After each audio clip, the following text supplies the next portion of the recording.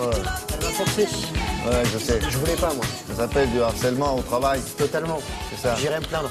Bon, alors Messi, 3, pas tout à fait 3 lui tout seul. 2 pour lui. Voilà, 2 pour lui. Mais ils ont tardé quand même. Hein. Ah bah ça s'est passé en fin de match dans le dernier quart d'heure, comme on dit. Donc c'est la demi-finale de la Ligue des Champions, match aller entre Barça et le Bayern. On regarde ce qui s'est passé hier soir. Regardez, c'était ce gardien, Marcel Neuer, qui aurait mieux fait de se taire. La veille du match, le gardien bavarois avait déclaré que s'il se retrouvait face à Messi, il lui montrerait qui est le patron, comme il l'avait fait en finale du mondial, avait-il précisé. Mais hier, le patron, c'était l'Argentin Messi, qui s'offre un doublé en moins de 3 minutes. Le quadruple Ballon d'Or a dignement fêté son 100e match en compétition européenne de club. Et il devient meilleur buteur de Ligue des Champions avec 77 réalisations. Et dans le dernier instant, c'est Neymar qui enfonce le clou. Ça fait 3-0. Match retour, ce sera la semaine prochaine. C'est bien parti pour le Barça pour se qualifier pour cette finale. Voilà pour le football. Du tennis, oui, j'ai vu ça. Là. Débute dans une quinzaine de jours. Ça se passe à Madrid en ce moment, sur terre battue, Masters 1000. Il y avait 3 Français, il n'en restera plus qu'un en 8e de finale. Et ce ne sera pas Gaël Monfils. Regardez, Gaël Monfils, le Français qui est 15e mondial, a été battu par le Barcelonais Marcel Granollers, qui pointe au 62e rang. Invité ici par les organisateurs, un combat intense de 3h20, un Espagnol soutenu par son public et Monfils qui s'incline 7-6, 6-7, 6-4. Élimination également de Richard Gasquet. Et seul Français en 8e de finale, ce sera Tsonga qui affrontera le Tchèque Berdych. Et on peut dire donc face à Granollers, c'était pas du gâteau. Voilà, sortie. Non, c'était une petite blague là, commerciale. Je sens une blague là. Oui, blague commerciale. Granollers, gâteau. Non, c'était. J'ai pas le droit celle-là. Non, ouais. C'est un gâteau.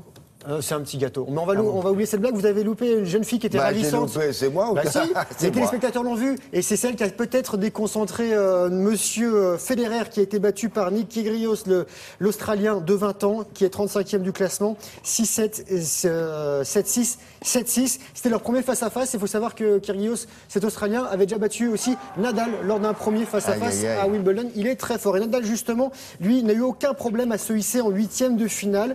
Il est en quête d'un 3e titre d'affilée ici à Madrid. Le Mallorquin a battu l'Américain Johnson 6-4, 6-3. Et on va parler également des filles avec une Française qui n'a pas démérité, William. C'est Caroline Garcia. Elle est passée tout près d'un bel exploit. C'est elle contre Maria Sharapova, la native de Saint-Germain-en-Laye qui est 28e mondiale, a poussé la Russe numéro 3 et tenante du titre dans ses retranchements. Elle s'incline en 3 manches. Sharapova se hisse en quart de finale, et tout comme, vous allez le voir, la numéro 1 mondiale. La numéro 1 mondiale qui n'est autre que Serena Williams, qui s'est débarrassée de la Bélarusse Azarenka en 3 manches. 7-6, 3-6, 7-6. Voici le point jusqu'au bout. Oh la gifle. Ah ouais. Voilà pour le tennis. C'était la jeune fille. Vous savez, il y a des jolies ramasseuses de balles. Ah bon? Alors, je ne suis pas fan de la casquette, mais en revanche, le physique est pas mal. Le t-shirt vous plaît? Le t-shirt me plaît beaucoup.